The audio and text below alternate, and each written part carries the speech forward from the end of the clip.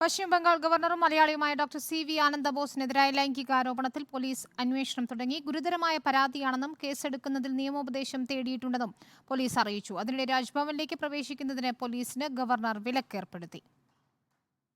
കഴിഞ്ഞ ദിവസമാണ് governor CV. ആനന്ദബോസിനെതിരെ രാജ്ഭവനിലെ താൽക്കാലിക ജീവനക്കാരി ലൈംഗികാരോപണം ഉന്നയിച്ചത്. ഈ വിവരം തൃണമൂൽ കോൺഗ്രസ് എം.പി. സാഗരിക ഘോഷ് എക്സ് ഹാൻഡിലൂടെ പുറത്തുവിടുകയായിരുന്നു. ജോലി സംബന്ധമായ ആവശ്യത്തിന് ഗവർണറുടെ മുറിയിലെത്തിയപ്പോൾ കയ്യിൽ കയറി പിടിച്ചെന്നും അപമര്യാദയായി സംസാരിച്ചെന്നുമായിരുന്നു പരാതി. പോലീസ് അന്വേഷണം തുടങ്ങിയെങ്കിലും ഗവർണർക്കെതിരെ നടപടിയെടുക്കുന്നതിൽ സാങ്കേതിക തടസ്സമുണ്ട്. അതിനാൽ ഗവർണർക്കെതിരായ അന്വേഷണത്തിന് നിയമവകുപ്പിന്റെയും ഭരണഘടനാ വിദഗ്ധരുടെയും അഭിപ്രായം തേടിയിരിക്കുകയാണ് പോലീസ്. ആരോപണം അടിസ്ഥാനരഹിതമാണെന്നും സത്യം വിജയിക്കുമെന്നും ആനന്ദബോസ് ട്വീറ്റ് ചെയ്തു. ആരോപണത്തിന്റെ പശ്ചാത്തലത്തിൽ രാജ്ഭവനിലേക്ക് പോലീസ് പ്രവേശിക്കുന്നതിന് വിലക്കേർപ്പെടുത്തി.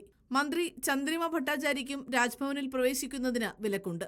രാഷ്ട്രീയ അജണ്ടയുടെ ഭാഗമാണ് ലൈംഗികാരോപണമെന്നാണ് ബി.ജെ.പിയുടെ നിലപാട്. സംസ്ഥാനത്ത് ഗവർണർ സർക്കാർ പോര് പതിവായിരിക്കുമ്പോഴാണ് ലൈംഗികാരോപണവും ഉയർന്നത്. National desk reporter.